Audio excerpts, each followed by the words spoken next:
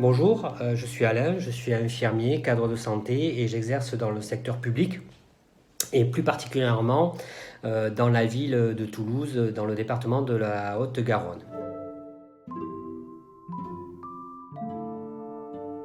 J'ai décidé de devenir conseiller ordinal et plus particulièrement président parce que j'ai foi en l'engagement, je crois en ma profession. Ça a été une première motivation, j'allais dire. Mais il y a aussi, et je me souviens très bien du moment qui a été le déclencheur pour que je postule à devenir conseiller ordinal, c'est au tout début de la création de l'ordre. Quelque temps après, donc on parlait de la construction d'un ordre professionnel, j'étais en voiture et il y avait à la radio un message de l'ordre des médecins qui appelait à un débat sur la fin de vie. Et à ce moment-là, je me suis dit, mais si demain il y avait un grand débat sur la fin de vie, est-ce que les infirmières seraient présentes? Qui représenterait les infirmières? Et donc je me suis dit tout naturellement, ça peut passer que par un ordre professionnel qui va regrouper l'ensemble de la profession avec toutes ses composantes et toutes ses diversités et pourra à un moment donné porter des sujets comme celui-ci sur la table et donner les avis. Parce que à ce moment-là, je me suis dit, mais les infirmières, elles sont présentes 7 jours sur 7, 24 heures sur 24, 365 jours sur 365 jours. Elles ont leur mot à dire dans les grands enjeux sanitaires et de santé du pays. Et qui peut les représenter au mieux qu'un ordre professionnel.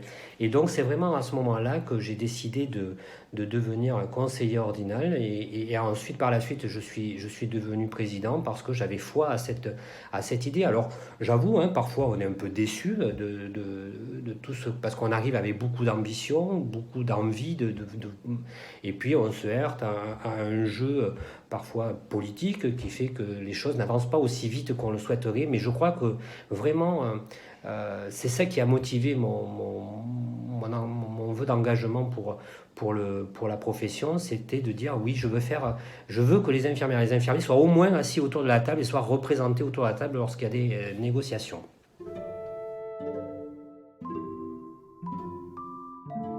Mon rôle au quotidien, d'abord, c'est déjà d'essayer d'être en prise avec le terrain, euh, d'être aux côtés des infirmières et des infirmiers sur le terrain, d'écouter leurs besoins, d'essayer de répondre à leurs questionnements, d'essayer de leur apporter des solutions ou de les aiguiller vers d'autres solutions. Je crois vraiment à cette notion d'entraide confraternelle et vraiment, c'est d'être au présent, au plus près. Alors c'est vrai que parfois c'est pas facile, mais d'essayer de répondre à ça. Et puis de l'autre côté, c'est aussi de pouvoir être l'interlocuteur des pouvoirs publics sur le terrain et leur dire voilà ce que savent faire les infirmières, voilà ce qu'on sait faire, voilà ce qu'on veut faire et voilà ce qui pourrait être bien pour nos concitoyens.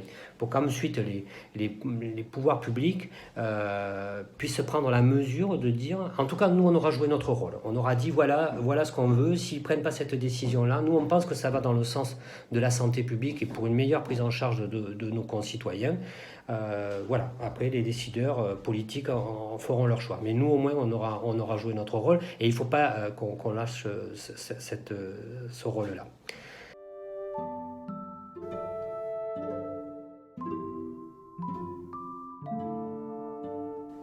Je concilie ma vie de conseiller ordinal et d'infirmier. Alors aujourd'hui, j'allais dire, c'est un peu plus facile qu'il y a quelques années.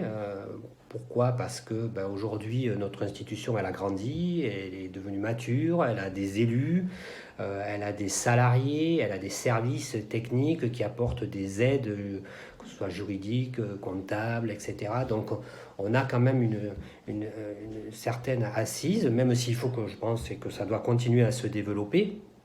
Mais on a des services et des salariés qui nous aident à faciliter le travail et donc c'est vrai que ça permet de mieux concilier le travail.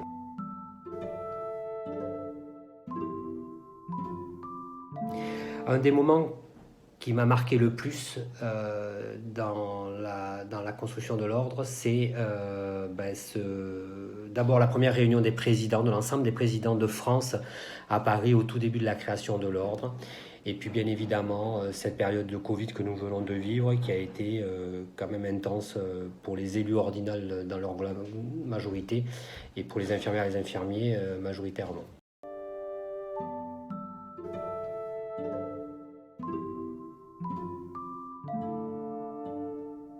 moi, si je dois adresser un message à des confrères et des consoeurs, je dis que le jeu en vaut la chandelle. Vraiment, ne passons pas à côté de cet engagement. C'est une opportunité qui nous est offerte de pouvoir porter la parole des infirmières et des infirmiers, donc il faut la saisir. Merci.